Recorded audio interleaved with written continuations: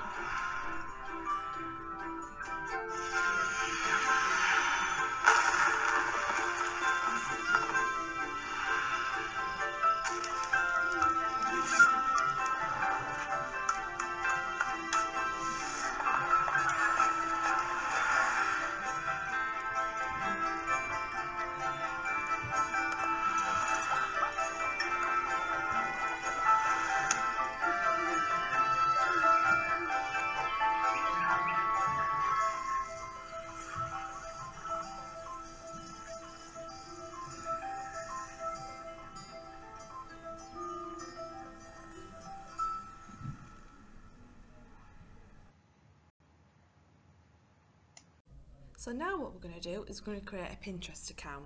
So firstly, we need to enter a valid email address into this, and we need to create a password. You also can continue with your Facebook account, or you can continue with Google. On this occasion, I'm going to use my email address. So just pop your email into here and a password and continue. So now what you need to do is fill in this information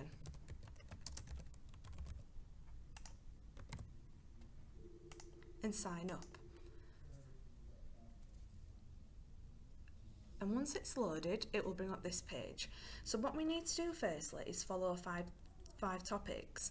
So what this will help Pinterest do is it will give you some suggestions of what they think that you will find really interesting.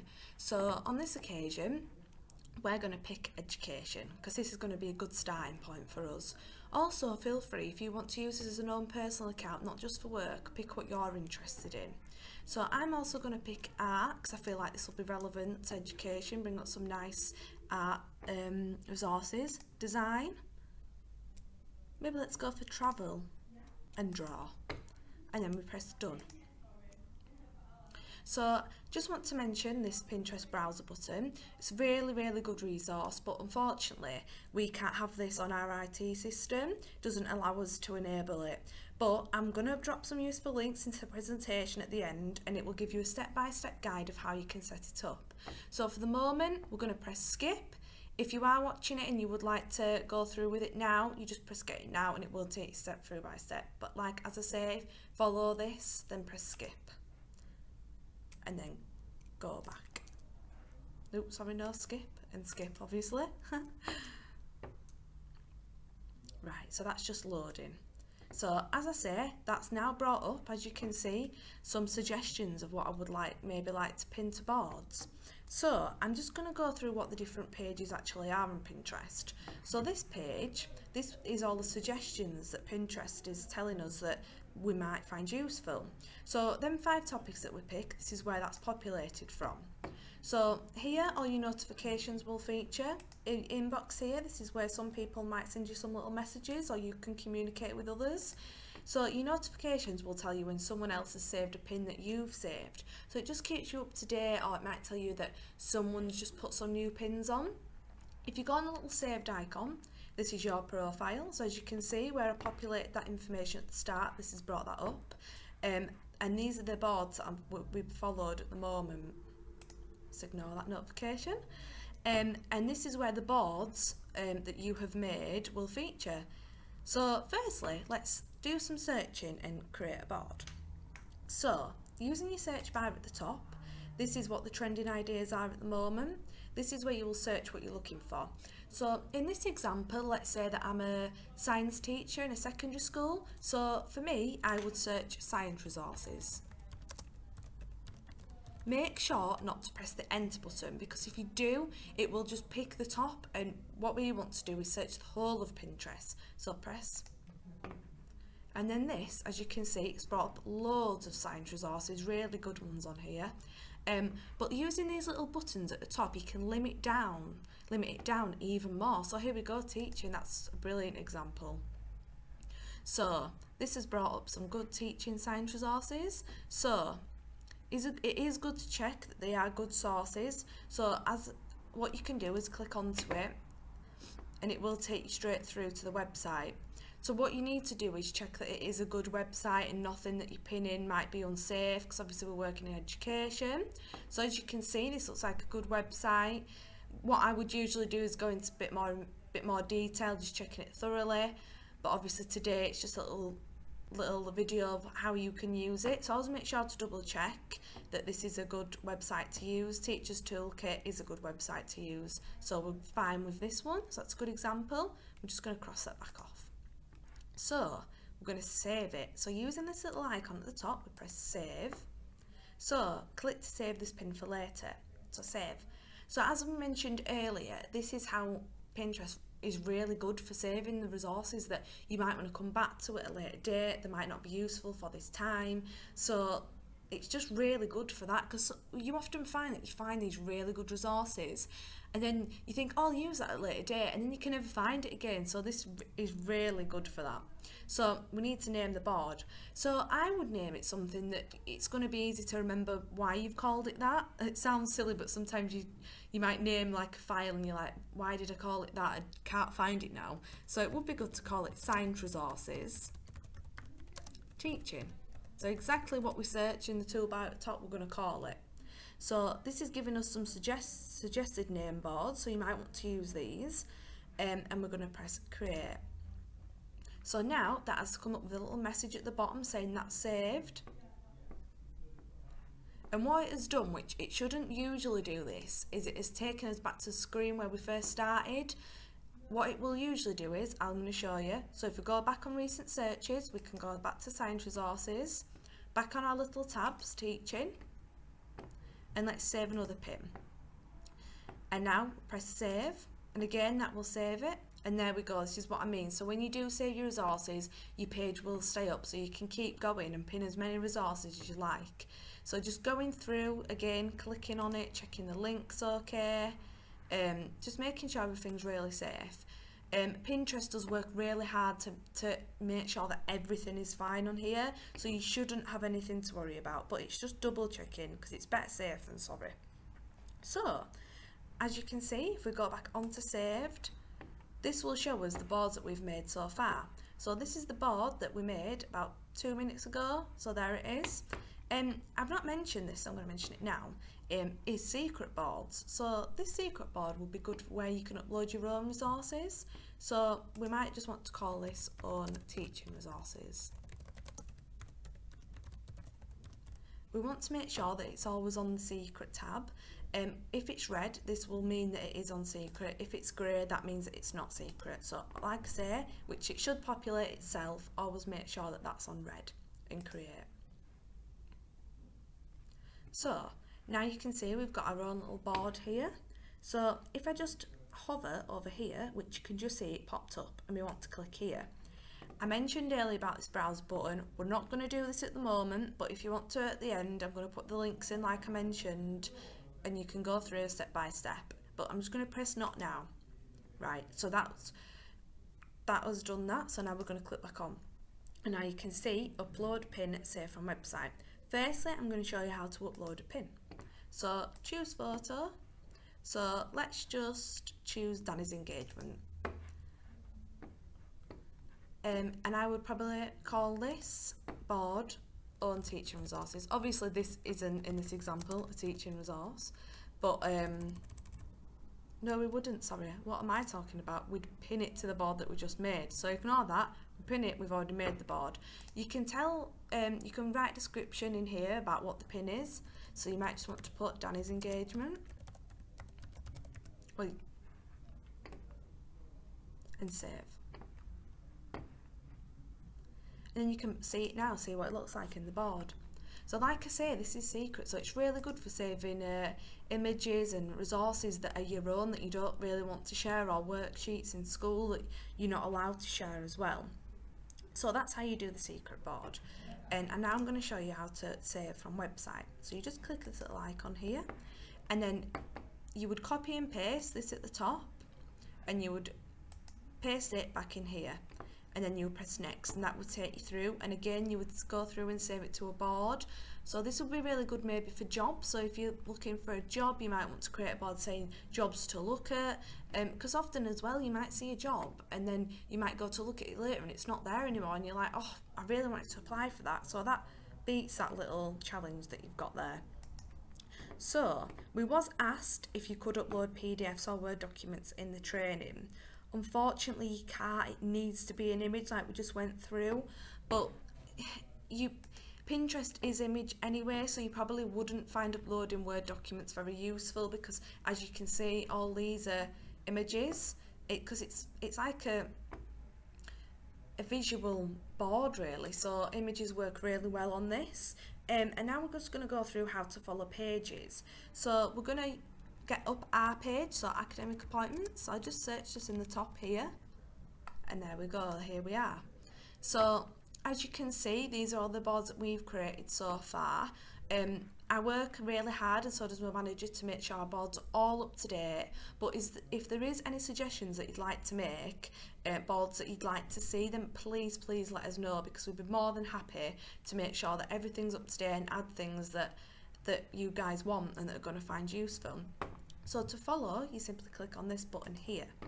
So like I said in the example at the start, you know, if I was a secondary teacher doing science, I might not want to follow things like PE resources, so you can actually unfollow each individual board, or maybe I wouldn't want to follow primary ones, so it can limit it down a little bit more. And another good one to follow would be TES. Again, they would probably work just as hard as us, making sure that all their boards are up to date, and as you can see, they've got a huge following on here. Really good resource to follow, and you can get really good ideas then from other people. And again, they've got loads of boards. Again, if I was a secondary teacher, I might not want to follow these, so you would unfollow. And that just makes it a bit more unique to you. And then you can go back into your saved icon, and then that's where everything will feature. So in here you can see who you're following. So I'm following TES and academic appointments. So like I say, if you do have any questions, please do let us know. You can email marketing@academicappointments.co.uk or give us a call. The number will feature at the end of the presentation, so will the email. But I hope you've enjoyed, and I hope you've learnt some really good some tools here to use, and I hope that the resources will help you on Pinterest. Thank you. As Alisha mentioned in her presentation, there is the option to download the browser button. Here's the link to help you do that. It explains in there not just about the desktop browser button, but also how to download it to your phone. You must have the app first in order to do that, but it's quite easy to do. Step-by-step instructions there for the Android and the iPhone, and for all the different browsers that you may use on the internet. So that brings us to the end of this CPD. It's just for me to say that as a department, we are really keen on getting more involved and speaking to you guys about what you want to see.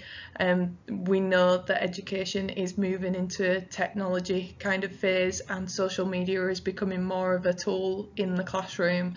So if there is absolutely anything that you would like to see more of, whether that be on our social media pages or our website, whether you'd like a CPD aimed around using social media, anything like that, just let us know. We're always happy to help. We're not on the front line, we're not doing the sales aspect of it. We are purely here for you guys, really, and to assist the teams in getting you work. So if there's anything at all that we can do to make your life easier, that's what we're here for. So we will be running a colleague council in the summer at some point, which you will probably get an invite for. This is an opportunity to have your say about academic appointments and where we're going, and give us a bit of feedback. But we hope that you found this useful today, and as I said in the beginning, it is a bit of a whistle-stop tour. We could go on about Pinterest for days, but please do not hesitate to give us a ring. Again, my name's Danny and Alisha, so just give us a ring and we're happy to help. We hope you found it useful. Thank you.